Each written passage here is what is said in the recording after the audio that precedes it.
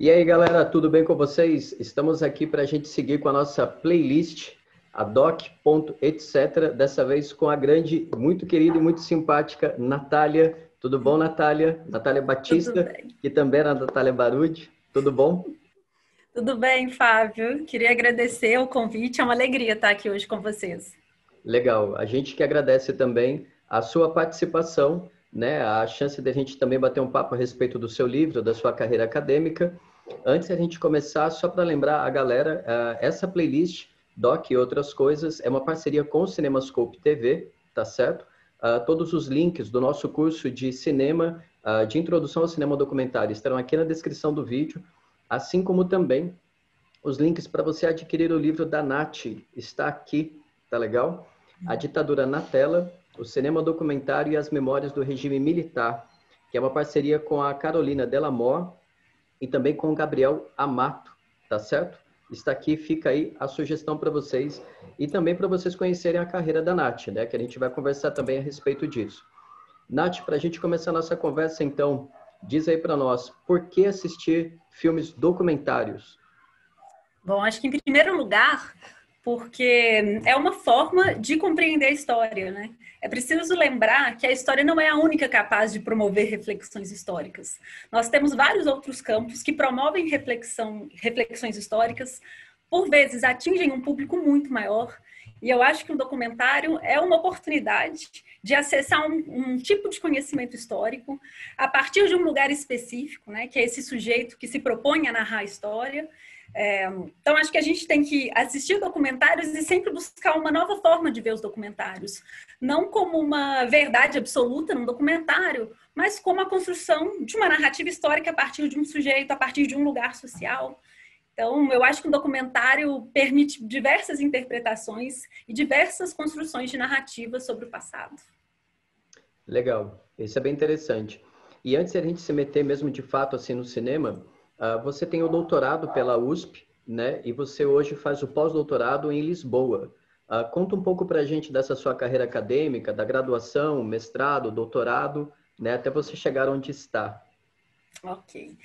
Minha carreira acadêmica foi toda na história, né? Graduação, mestrado, doutorado, tudo dentro da disciplina da história e sempre pesquisando ditadura. Eu acabei variando muito nas temáticas sobre a ditadura, ora teatro, ora cinema, ora narrativas orais sobre a ditadura, enfim, ela variou muito, mas esse eixo, né, estrutural, que era compreender o período da ditadura, ele percorreu durante toda a minha trajetória. Então, em alguma medida, eu sempre tentei, né, durante muito tempo, entender os sujeitos que vivenciaram esse período e, mais recentemente, na minha relação com o cinema, entender as narrativas contemporâneas produzidas sobre esse período no cinema documentário. Então, são vários momentos históricos dentro de um mesmo tema, né? Então, eu andei, mas sempre circulando esse tema que era compreender, inclusive, o que resta da ditadura nos dias de hoje, né? E a sua tese de doutoramento foi especificamente sobre? Sobre teatro engajado de resistência à ditadura nos anos 70. E a minha tentativa era entender principalmente a participação popular no teatro nos anos 70. Então, trabalhei com uma montagem específica, que foi uma das primeiras montagens a incorporar pessoas oriundas das classes populares que não eram artistas, mas elas foram formadas para esse processo. Então, me interessava muito entender como é que nos anos 70, que conjuntura foi essa, que em meio ao regime militar era possível pensar em propostas estéticas que modificavam, inclusive, a lógica de classes, assim, dentro da classe artística, assim. Então, esse foi o meu tema principal. E você agora no pós-doutoramento, você está estudando qual tema? Em que Agora eu momento que você está também do pós-doutoramento? estou no final do pós-doutorado, na reta final, e agora me debrucei sobre exílio. Ano passado eu me mudei do Brasil, queria aproveitar a experiência na Europa para investigar os arquivos daqui, e tinha uma vontade enorme de pesquisar exílio, né? Percorria muito o exílio dos artistas, assim, percorreu muito o meu desejo durante toda a vida. E com esta oportunidade, eu comecei a pesquisar o exílio do Augusto Boal em Lisboa. Então, aproveitei para ir em todos os arquivos de Lisboa. Eu queria trabalhar com uma documentação que remetesse ao Brasil, porque é um intelectual brasileiro, mas entender outros fundos, outros arquivos. Então, hoje, eu me debruço exclusivamente sobre exílio artístico. Então, continuei nesse limite, né, entre arte e política, entre ditadura e artistas que fizeram resistência a ela. E como é que o documentário, como é que o cinema apareceu nas suas pesquisas, para a gente poder chegar no livro também e falar um pouco sobre a presença e a magnitude, né, a dimensão da ditadura na tela, que é o título do livro. Como é que o cinema apareceu para você e como é que você se envolveu com ele ao longo da sua carreira acadêmica? Então, o cinema, diferente de muitas experiências na academia, o cinema apareceu de uma forma prática, né? Vou explicar por quê. Eu, a Carolina e o Gabriel éramos do núcleo de História Oral da UFMG, todos pesquisavam ditadura, trabalhavam com História Oral e fazíamos discussões incríveis, teóricas, historiográficas sobre a ditadura. Mas, ao mesmo tempo que nos aquecia essas discussões incríveis, nós pensávamos, olha, se isso não circula, né, se esse debate não pula, né, dos muros da universidade, é muito difícil que a sociedade consiga compreender de fato o que foi a ditadura. Então, a gente começou a pensar num projeto que pudesse publicizar essa história da ditadura, mostrando outras narrativas sobre a história da ditadura. E nós pensamos a primeira coisa, o que atrai público? Mostra de cinema. Foi o nosso primeiro, uma forma, como eu tinha falado no início, essa forma de comunicação que muitas vezes faz uma comunicação melhor do que a própria história, enquanto disciplina, porque tem uma estética mais interessante, uma comunicação mais fluida. E nós pensamos numa mostra de cinema em Belo Horizonte, que se chamava Ditadura na Tela. E antes de existir livro ou qualquer intenção de fazer um livro, existia um desejo que nós pudéssemos colocar na tela narrativas sobre a ditadura. Então, essa mostra durou de 2014 a 2017, foram mais ou menos 20 exibições.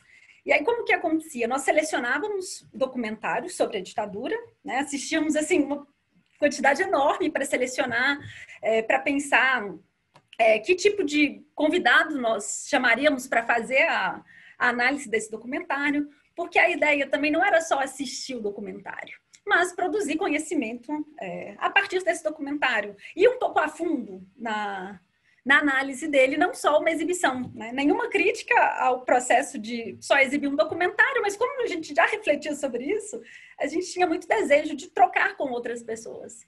Então, começamos a construir a mostra, e acho que no penúltimo ano da mostra, nós tínhamos um material tão interessante dos convidados que faziam os comentários do filme, todo mundo preparou um material bastante denso para o comentário, que era de aproximadamente 30, 40 minutos. E a gente pensou, nossa, por que não compartilhar esse conhecimento com outras pessoas, né? Que aí serviria para professores da rede básica que querem trabalhar com ditadura durante o ensino fundamental e médio, serviria para outros acadêmicos que querem tentar entender essas relações entre cinema e documentário durante a ditadura. E aí que o livro apareceu como uma reflexão mais profunda. E aí nós começamos a estudar para fazer o livro, para conseguir pensar quais seriam os marcos teóricos, o que nos indicaria a consistência teórica do livro. Então, diferente de quase todos os processos da academia, que primeiro vem a teoria e depois a prática, se é que vem a prática, né? A gente tem aí esse problema de pouquíssimas vezes fazer a academia dialogar com a sociedade, né? Nesse caso, a relação veio a partir de uma experiência muito concreta e uma tentativa de compartilhar essa experiência com um número maior de pessoas possíveis, né? Tanto que hoje o livro já está gratuito, né? Está online, que era uma tentativa ainda mais radical de ampliar o máximo possível essas reflexões que nós construímos ao longo desses 3 anos. Isso, a minha cabeça, enfim, a nossa conversa também estava nos levando em direção ao livro mesmo, digamos assim, ao core, ao conteúdo do livro, mas me parece que seria legal, seria bem interessante a gente fazer um tour, ou seja, fazer um recuo, porque você falou de uma mostra que ocorreu de 2014 para 2017, que, convenhamos, foi um quadriênio, digamos assim, né? Um conjunto de 4 anos aí, decisivos, em que o país sofreu uma guinada social, política, cultural e econômica, eu acredito que a qual nós ainda estamos tentando entender, né? Então, assim, duas perguntas. Como foi a sua experiência profissional a partir do festival, entre 2014 e 2017, e também como é que foi ver isso através do cinema? Porque, afinal de contas, um festival chamado Ditadura na Tela, no Brasil de 2014, me parece que é uma coisa assim, vai demorar muito para a gente poder ver uma mostra como essa de novo, entendeu? Fala um pouco para a gente como é que foi essa experiência, por favor. Tá, acho que você falou, né, do quanto a gente tem vivido nos últimos anos esse looping, né? Assim, e é interessante, porque em 2014, quando nós começamos a mostra, a proposta era fazer, né, mostrar um pouco esses 50 anos do golpe, né, de 64. Então, foi exatamente na efeméride dos 50 anos que veio essa ideia. No momento em que as narrativas sobre a ditadura não eram contestadas como são hoje, né? Era um outro momento, né? No momento em que você tinha políticas públicas voltadas para, né, vários documentários que foram exibidos na mostra e que hoje são analisados no livro, foram frutos de financiamento do governo federal, por exemplo, no projeto Marcas da Memória, outros do Fundo Estadual de Cultura de determinadas cidades. Então, era um momento em que falar de ditadura era possível, e era possível que o próprio Estado tentasse fazer, ainda que timidamente, uma política de memória sobre esse período. E aí nós vamos ter, nesse momento, uma grande produção de documentários sobre a ditadura, né, que tem a ver com a presença do Estado, com as efemérides, com um governo, né, de qual muitas pessoas tinham participado de ações contra a ditadura, algumas armadas, alguns no campo da cultura, alguns no movimento estudantil. Então, você não tinha nenhum tipo de... naquele momento não era uma memória contestada. Assim, a gente não tinha... Claro, a partir de 2013, na verdade, com as manifestações de 2013, ali começa esse pacto, né, democrático que foi feito na redemocratização, ali ele começa a se romper um pouco, já em 2013, mas ainda tinha um estranhamento quando alguém via uma placa, volta da ditadura. Não era comum. Tinha um estranhamento hoje, né? Esses pedidos de retorno da ditadura se tornaram corriqueiros, né? Então, assim, é interessante, né? Quando a gente pensa que o livro foi publicado em 2017, isso. Parece que faz um século, né? Assim, é muito, muito interessante, porque a sensação é que ainda em 2017, ali já começava a mudar muito o processo, mas ainda naquele momento você não tinha uma banalização tão clara do que havia sido a ditadura, das narrativas sobre a ditadura. Por exemplo, nós nunca tivemos na nossa plateia, durante todas essas... Era importante falar, né? Eram exibições gratuitas, então, em lugares centrais da cidade, então era um fácil acesso. Nós nunca tivemos na plateia problemas com pessoas que achavam que a ditadura não tinha existido. Nós tínhamos questões com pessoas que eventualmente tinham vivido e que as suas memórias não eram as mesmas memórias do documentário que ela tinha assistido. Nós tínhamos esse tipo de diferentes narrativas sobre o mesmo período. Não uma negativa, né? Não um negacionismo sobre esse momento. Então, hoje, por exemplo, eu não sei qual seria a conjuntura para se realizar uma mostra dessa.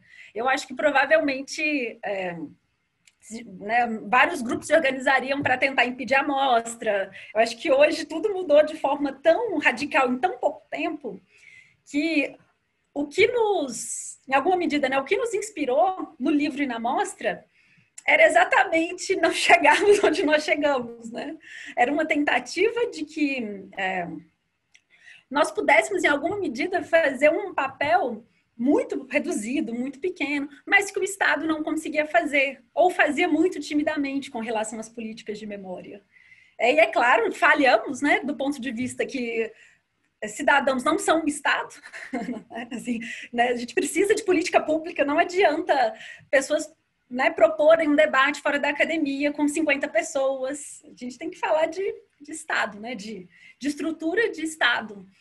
Então, mudou muito, e foi difícil, na verdade, ver como...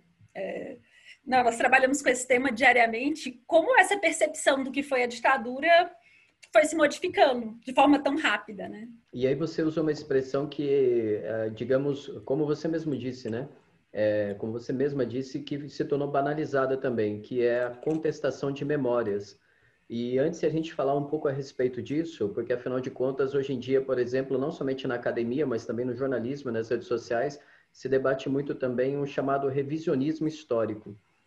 Então, antes de a gente acessar esse tema, eu acho que seria legal a gente, conforme a gente tinha, digamos, planejado, falar um pouco a respeito da estrutura do livro, né? Está aqui mais uma vez para vocês, tá legal? Aqui vocês analisam, existem vários artigos, vocês analisam o Repare Bem, né? Vocês falam do papel da UNE, também tem um documentário do João Batista, o Greve, né? O seu artigo, particularmente, fala do Desi-Croquete, né? Que é um filme bem interessante, aliás. Tem também clássicos como Que Bom Te Ver Viva, né? Enfim, como foi a seleção dos, digamos, dos temas, como é que eles apareceram, também como é que foi a composição do livro. Eu acho que seria legal a gente conversar a respeito disso. E também, por que não, falar um pouco a respeito de como o documentário brasileiro, ele, ao contrário da ficção, eu creio, né? Ele é muito mais potente. O documentário, na história do Brasil, o documentário sempre foi muito mais produtivo, né? No sentido, assim, de... tanto de produção estética mesmo, então até mesmo de questões de ordem ética, né? No sentido político, de engajamento social, né? Bom, como é que você viu isso daí? Então, como eu tinha falado antes, nós éramos 3 historiadores que trabalhavam com ditadura, trabalhavam com história oral, trabalhamos com história oral, e tínhamos muito a intenção de perceber como que as narrativas orais eram usadas, né? Nos documentários sobre a ditadura. É importante pensar que até hoje diversos arquivos da ditadura não foram abertos, né? E era fundamental que muitos documentários não trabalham com oralidade só como recurso. Trabalham porque não existem outros documentos para se trabalhar, né? Então, nós queríamos entender como é que essas narrativas eram construídas no documentário. E nós tínhamos também uma demanda, né, individual e depois coletiva, que era mostrar outros sujeitos que vivenciaram a ditadura. Como que esses sujeitos viveram esse momento? Nós temos dentro da história da ditadura algumas memórias, né, que nós podemos chamar de canônicas, que seria o próprio movimento estudantil, a luta armada, um pouco também a questão dos presidentes que foram exilados, um pouco, né, bastante estudado. Mas para a gente, ainda que essas narrativas devam ser construídas e são fundamentais para se entender, nós tínhamos muitas angústias, né? Como é que as mulheres guerrilheiras viveram esse momento? Como é que os LGBTs vivenciaram, né? Como é que era a situação do racismo durante a ditadura? Não são sujeitos tão pesquisados ou tão analisados, né? E aí era um interesse também que diferentes vozes pudessem narrar a ditadura, né? Nesse momento, olha só, era um debate tão elevado que nós não tínhamos que falar que existiu ditadura, a gente podia trabalhar com várias narrativas sobre a ditadura, né? Assim, e é muito estranho pensar que isso tem 5 anos, né? Do início até agora. Então, assim, a gente estava pensando em mostrar como é que a ditadura foi vivenciada por diversos sujeitos e hoje a gente tem que explicar que foi um golpe em 64. Então, era muito esse desejo. Assim, a organização do livro e da mostra, ela foi sempre pensada a partir do que a gente chamava de polifonia de vozes. A gente queria que a ditadura pudesse ser percebida a partir de diferentes sujeitos. E aí, por exemplo, na nossa visão, os homens já tinham construído muitas narrativas sobre a ditadura. no cinema documentário, inclusive. Então, qual que foi a nossa escolha, tanto para os artigos que entraram para o livro, quanto os que eram selecionados? Primeiro, uma equidade de gênero, né? No livro, por exemplo, são 11 artigos, 6 de mulheres. São 11 diretoras, 6 mulheres. Então, nós pensamos muito nessas possibilidades, porque se não muda os sujeitos, a narrativa também, muitas vezes, não vai mudar, né? Por conta própria. Então, a gente entendia que fazia esse movimento. Então, por exemplo, nós começamos começamos a pensar a partir das temáticas que nós sentíamos que faltava. Então, por exemplo, o documentário da Cassandra Rios, por exemplo. Quem comentou foi a Ana Marília, que pesquisava censura, mas que também no campo da censura é muito mais pesquisada a censura, né? Que eles vão falar de ordem política do que a censura de ordem moral. É claro que hoje, né, essa censura moral e censura política, esses conceitos já são hoje bastante ultrapassados, porque a moral é política e vice-versa, mas era, por exemplo, nós nunca tínhamos visto um documentário que pudesse falar sobre como vivia uma mulher lésbica, escritora de sucesso, censurada durante a ditadura. Então, foi esse um pouco os nossos desejos, né? Assim, mostrar que existia demarcadores sociais de diferença e que para cada sujeito vivenciou esse período, né? E que essa memória que falava ou só de estudantes, ou só de guerrilheiros homens, ou só de políticos, ela solapava uma série de outros sujeitos que vivenciaram esse momento. Então, essas foram as principais. Assim, toda a nossa busca, a cada mostra, era sempre trabalhar com temas pouco explorados. Então, por exemplo, olha aqui, né, um exemplo que mostra o tanto que esse campo tem as suas dificuldades, né? Eu sempre pesquisei artistas engajados contra a ditadura, principalmente no teatro. Eu lembro que quando eu assisti o Desi Croquettes, eu fiquei chocada, porque eu nunca tinha ouvido falar do Desi Croquettes. Então, e assim, é alguém que estava no campo teatral há muito tempo. Mas é interessante, né? Como é que as escolhas do que vai ser narrado, né, muitas vezes, né, eu sou de uma geração anterior aos historiadores que pesquisavam artistas de teatro, principalmente vinculados aos comunistas. Mas muitos pesquisadores, inclusive, não legitimam que um engajamento contra a ditadura a partir da resistência LGBT que os Desi Croquettes faziam. Então, você vai ter aí uma série de nuances que nós queremos explorar. Assim, de que tipo de resistência que nós falamos? Só vale a resistência vinculada ao Partido Comunista? Só vale a resistência vinculada à luta armada? Para mim, as resistências são múltiplas e todas são válidas.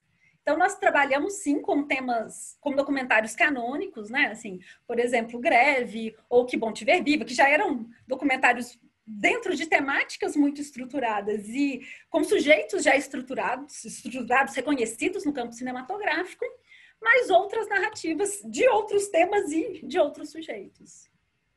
E você acha que desde então, ou seja, pelo menos nesses últimos 5 anos, esses temas que hoje em dia, né, nós chamamos de questões de gênero, de maneira mais consolidada, e também questões raciais, que, como a gente sabe, foram 2 temas sonegados pelo documentarismo, não só brasileiro, mas também latino-americano, né? Você sentiu alguma transformação, alguma mudança positiva nos últimos 5 anos, especificamente no cinema documentário? Eu acho que sim. Eu acho que essas pautas, talvez uma das poucas coisas que nessa conjuntura que é tão conturbada nós não vamos perder é a entrada desses sujeitos em cena. Eu acho que, mesmo sem financiamento do Estado, mesmo com todas as adversidades, essa inserção não tem volta. Né? Assim, eu acho que claro que nós vamos passar por momentos difíceis, sem ter o Estado financiando produções, nós vamos ter um momento de crise, mas esses sujeitos já estão. Eu acho que não tem mais volta. Assim, isso é o que mais me alegra nessa conjuntura,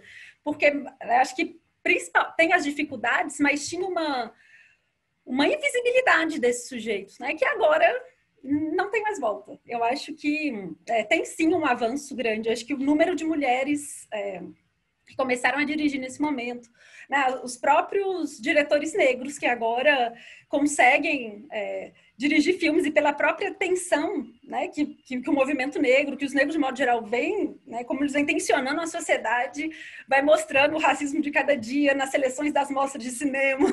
Então eu acho que não tem volta, assim. Serão tempos difíceis, mas eu não acho que nós vamos ter perdas desse ponto de vista acho que os sujeitos experienciaram a possibilidade de fazer os seus próprios filmes, narrar suas próprias histórias, e eu acho que disso não recuamos, não. Assim. Seguindo adiante, então, nesse raciocínio, para a gente poder falar de revisionismos históricos, você falou aí você usou dois termos que são bem interessantes para a gente seguir a conversa, que são a memória canônica e também a memória contestada.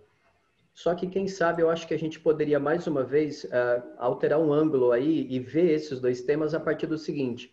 Aquele documentário do João Weiner, o famoso Junho, sim, que foi o primeiro, digamos assim, foi o pioneiro na análise, né, a lançar um olhar, né, tal como o cinema direto, ali nas ruas e tudo mais. Ele abre o filme com uma tela preta já dizendo, esse filme foi feito sem recursos públicos. E aqui isso já é uma mensagem política, né? Já em 2013. Como é que você entende, ou então como é que a gente pode entender o cinema brasileiro, mais especificamente o documentário brasileiro, a partir dessa atuação, né? Contestando esse financiamento público, ou então até mesmo se posicionando como de fora desse financiamento público, para a gente poder, então, no próximo momento, acessar as disputas entre essas memórias, a memória contestada e a memória canônica. Tá. Eu acho que esse é um velho novo tema, né? Porque, por exemplo, durante a ditadura, esse debate vai ser enorme, né? Aceitar ou não o financiamento de um governo ditatorial, né? Produzir ou não, aceitar ou não fazer um filme patrocinado pela Embrafilmes, né? Acho que essa tensão entre arte e Estado, né? Assim, quais os limites de patrocínio, qual o limite de me sentir vendido para o Estado e quais os limites de precisar do Estado para financiar. Ele está longe de ser um novo tema, embora apareça em 2013 de uma forma interessante, que eu acho que pela própria renovação tecnológica, a possibilidade de não precisar do Estado. Né? Claro que você vai ter, muitas vezes, necessidades, dependendo do tipo de projeto que você pretende fazer, enfim, tem as mil variáveis, mas é um momento interessantíssimo, né? Onde você pode construir outras narrativas que serão visíveis pela própria internet, pela possibilidade de fazer um filme com o seu celular, enfim, por essas questões, e que ajudam a tensionar, né, esse lugar. Para muitos diretores, enfim, os avanços, né, promovidos pelo Partido dos Trabalhadores eram poucos ou não chegaram nesses sujeitos, né? Assim, isso, eu acho que tem que reconhecer o que teve de avanço, mas para muitas pautas, né, chegou com muita sutileza, como a própria política de memória durante a ditadura, né? Vamos fazer um parêntese, mas que muito importante. Vale lembrar que a nossa Comissão da Verdade, ela se chama Comissão da Memória e da Verdade, ela não se chama Comissão da Memória, da Verdade e da Justiça, né? Faltou um ponto ali que era fundamental para esse debate caminhar. Né? Assim, então, nós aceitamos, né, a memória e a verdade, mas a justiça em algum outro momento. Então, assim, isso só para mostrar as limitações também do Estado, num contexto em que o Estado ainda tinha o potencial de fomentar narrativas mais progressistas, né? Tanto que nós já falamos de algumas aqui. Então, eu acho que depois de 2013, né, essa onda de contestações ao Estado, acho que a Copa, né, a realização da Copa do Mundo vai gerar muitas contranarrativas desse momento, e que a questão tecnológica vai possibilitar essa inserção de outras narrativas que, por exemplo, na época da ditadura, era muito difícil você produzir sem o Estado. Claro que a gente vai ter o cinema marginal para dizer que não é impossível. Né? Você vai ter vários diretores fazendo, né, passando a margem do Estado, mas que numa escala muito menor de divulgação. Né? Se a gente pensar o que a gente tem hoje de possibilidade. Então, acho que é o momento que, em 2013, era interessante pela possibilidade de construir contras-narrativas no momento em que o Estado ainda fazia um papel de Estado fomentador de cultura. E que bom que nós ganhamos essa expertise, né? Porque pós 2018 é essa expertise que vai nos gabaritar, vai gabaritar os artistas e cineastas a continuarem produzindo sem Estado. Então, em alguma medida, eu acho que ganhamos aí nesses anos uma expertise para fazer contranarrativas ao Estado, né? E agora a respeito das memórias canônicas e as memórias contestadas, diga um pouco para a gente a respeito desses dois termos, dessas duas expressões que você usou, porque eu acho que seria legal calibrá-las, entende? Assim, como que dizer para a galera aqui, né, para quem está nos acompanhando, o que seria uma memória canônica e o que seria uma memória contestada, para a gente poder, então, falar de revisionismo. E fique à vontade já para a gente poder acessar, porque eu acho que, afinal de contas, também, eu estou pensando, enquanto eu falo também, o fato de a gente situar duas memórias, uma canônica e uma contestada, já diz muito do estado das coisas no Brasil hoje, né? Ou seja, vivemos um momento de revisionismos históricos e a própria expressão revisionismos, ela é polêmica por si só, né? Conta um pouco para a gente a respeito disso. Tá. Vou começar pelo revisionismo. E aí chego nas outras memórias, né? Entendendo que hoje um problema grande passa pelo revisionismo. Ano passado, teve um evento muito importante na USP, em maio de 2019, que tinha o título Negacionismos e Revisionismos, Conhecimento Histórico sobre Ameaça. E aí foi muito interessante esse evento, porque ele conseguiu, a partir de vários tipos de revisionismos e negacionismos, nós vamos fazer a diferença também para ficar mais claro para quem está assistindo, e o quanto não é um problema só da história da ditadura, né? É um problema da história da escravidão, é um problema da história do Holocausto, não se refere a esse período, né? Mas só para a gente fazer essa divisão didática, assim, nesse evento foi pensado as diferenças principais entre o revisionismo e o negacionismo. O negacionismo, por um lado, ele não busca revisitar o conhecimento histórico, revisar o conhecimento histórico. Ele quer destruir o conhecimento histórico a partir de uma adulteração de fatos e processos históricos. Não tem nenhuma tentativa de diálogo, né, com os negacionistas, né? Tem um historiador francês muito interessante, que é o Pierre Vidal-Naquet, que vai dizer o seguinte: você não discute com negacionistas, né? Você analisa negacionistas, você entende as bases ideológicas desse sujeito, mas que o historiador, ele pode tudo, mas não tem muito sentido ele ir para uma mesa, por exemplo, como negacionista, porque eles partem de pressupostos diferentes. Enquanto um está embasado numa disciplina que tem métodos, teoria, o outro tem uma tentativa clara de negar um evento histórico. Então, assim, isso seria o negacionismo. O negacionismo não dialoga em nada com a história. Ele é só uma tentativa muito clara de deslegitimar a história em todas as suas bases. Já o revisionismo é muito mais complexo, porque ele pode ter um revisionismo, né, que seria um revisionismo historiográfico e um revisionismo ideológico. O que seria um revisionismo historiográfico? Assim? O primeiro, né, faria parte de uma historiografia, que é natural o trânsito entre diferentes visões. Se a gente quiser deixar mais claro, o Ditadura na Tela, em alguma medida, é um livro revisionista na medida em que ele revisa as bases da historiografia sobre a ditadura e propõe outras coisas. Isso é muito importante para a historiografia. A gente não desconstrói os fatos, a gente acrescenta narrativas, mostra outras possibilidades. E esse é um revisionismo positivo, que faz a história, enquanto disciplina, caminhar, acessar outros lugares. Mas, ao mesmo tempo, colado com o revisionismo historiográfico, nós teríamos o que nós podemos chamar de um revisionismo ideológico. E aí o revisionismo ideológico é o grande imbróglio, né? Assim, porque ele é uma tentativa clara de manipular a história a partir de uma história.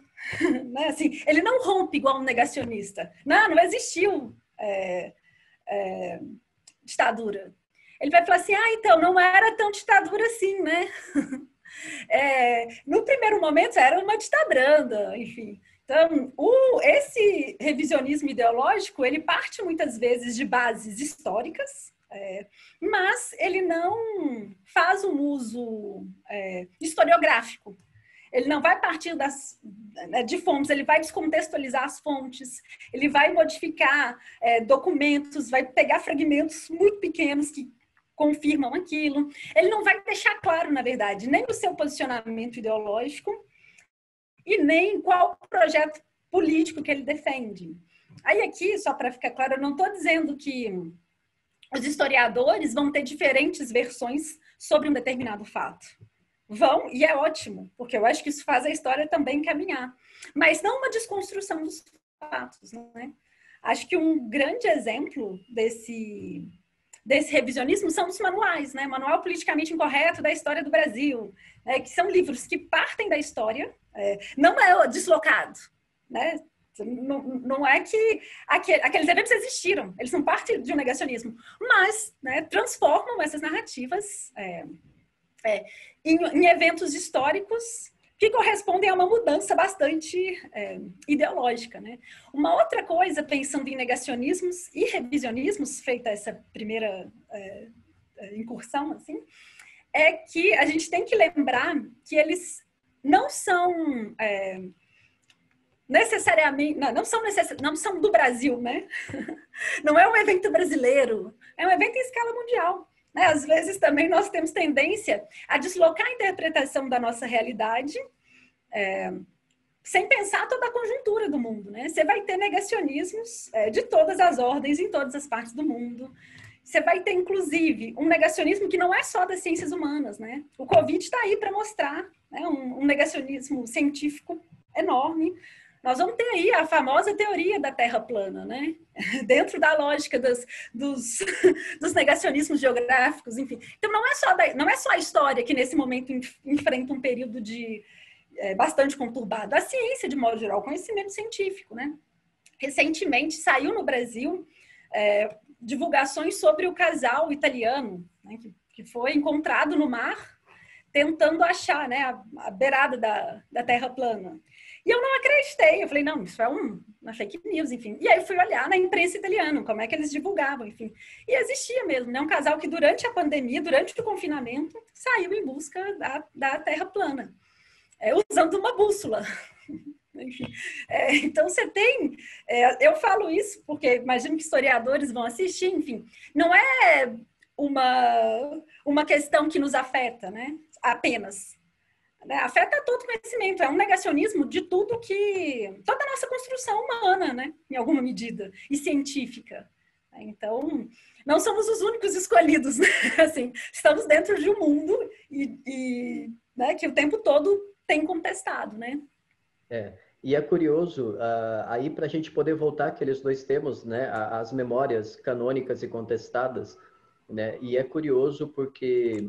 de alguma forma também, tudo o que se passa, eu não posso deixar de dizer também como historiador, que nos dá razão ao método, ou melhor dizendo, a postura de todo historiador, né, é fundamentalmente ler o nosso passado a partir das nossas condições presentes, ou seja, história e memória, como nós sabemos, né, elas são ambivalentes, elas são feitas da mesma matéria-prima, e nós sabemos muito bem que é um campo de batalhas, né? É um campo de disputas. E o papel da história, ou seja, o ofício do historiador, que agora recentemente foi aprovado, né? Foi legalizado em nosso país, né? Ele trata justamente de, digamos, lançar luzes, né? Nessas documentações, nesses vestígios históricos, para poder dar um sentido para o nosso futuro, ou seja, dar um sentido para a nossa condição presente, né? E tentar rastrear melhores condições sociais, históricas, econômicas, enfim, criar não somente um sentido sem aqui pieguice e ingenuidade, mas criar um sentido de esperança, né? Criar um sentido de tempo, né? Uma perspectiva temporal, mas, sobretudo, também evitar os erros do passado, né? Nesse sentido, assim, você como historiadora também, super graduada, qual que seria o papel da história? Então, como é que você vê o exercício da história como resistência, né, ao negacionismo e também aos revisionismos ideológicos, né? Ou seja, em outras palavras, é uma pergunta difícil, eu reconheço, porque é um tipo de coisa que nos tira o sono. Como se posicionar? Que tipo de postura assumir, né, no contemporâneo?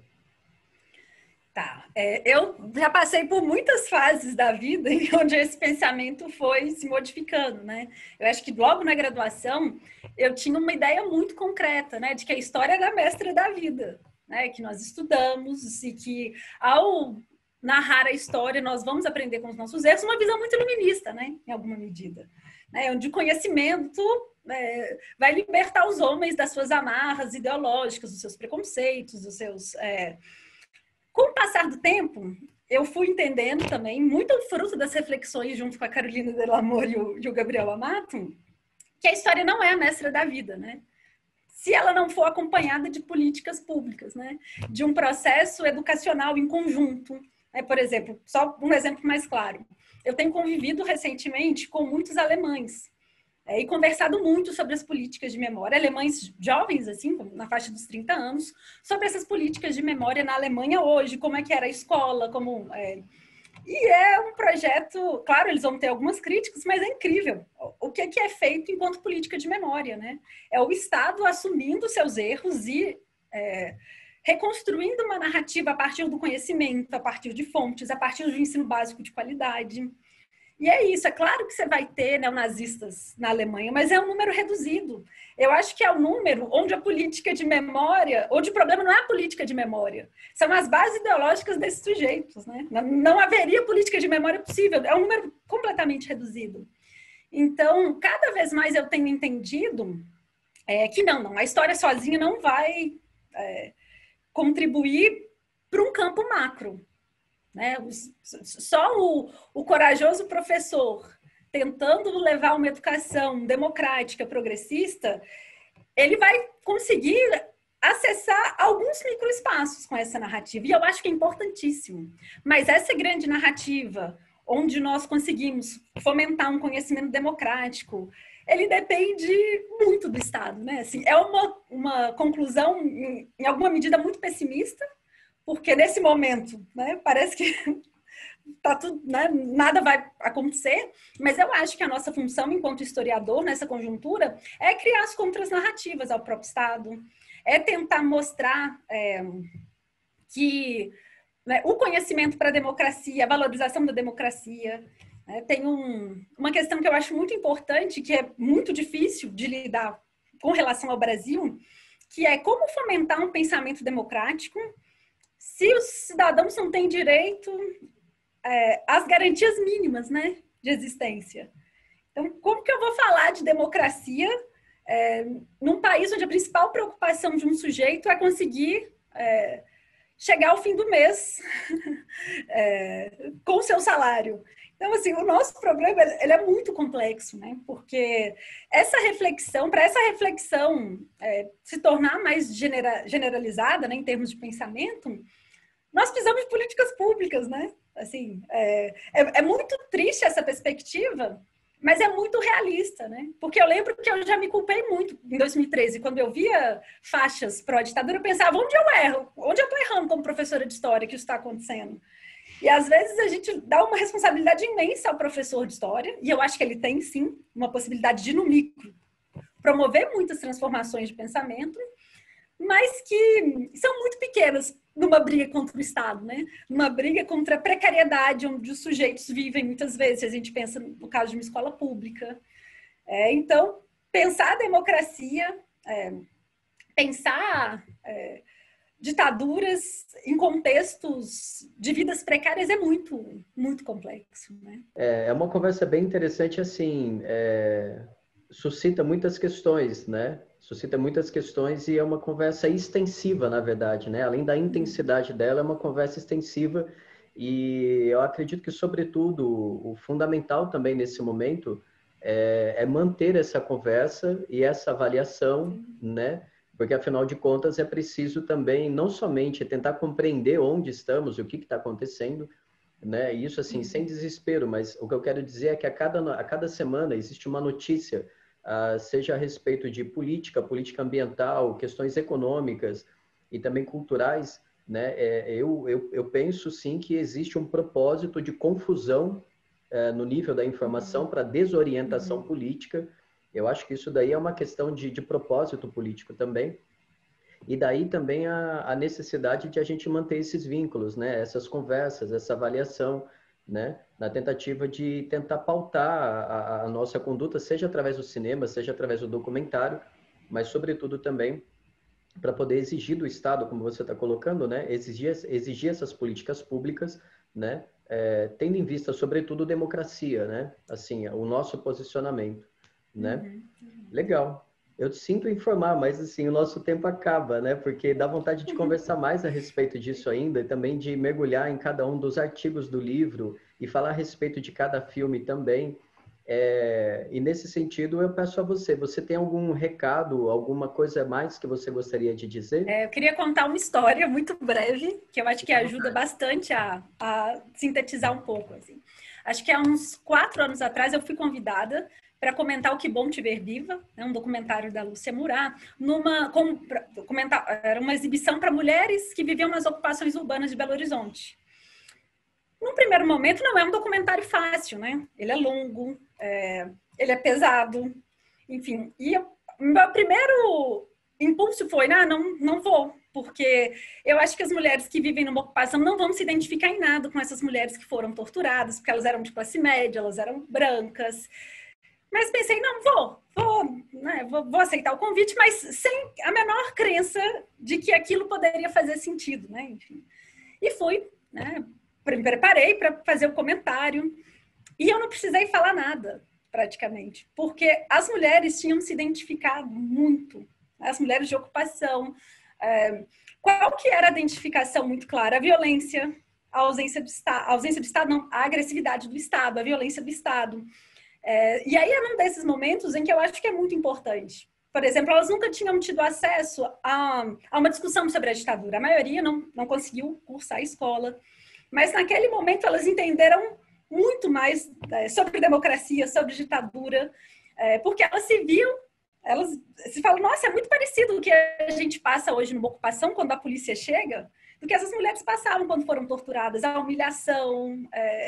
Então, enfim, eu acho que a gente não deve nunca duvidar da potência das narrativas estéticas, sabe? Eu acho que, mesmo quando pareça muito difícil de realizá-las, né?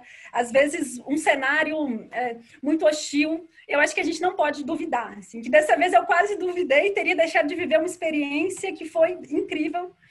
Então, a gente não pode duvidar. Acho que a gente tem que continuar trabalhando, continuar promovendo reflexão, e até chegar no momento mais oportuno e construindo as nossas narrativas no nosso espaço micro, no nosso cotidiano, construindo a nossa democracia ao entorno, né? Assim, para num momento mais oportuno nós construirmos uma democracia mais abrangente. Acho que é isso. Legal. E para encerrar, eu tenho feito essa pergunta para todos os convidados e convidadas. O que você está assistindo hoje em dia que você recomendaria para a turma também assistir? Seja série ou então seja filme, alguma realizador, um realizador?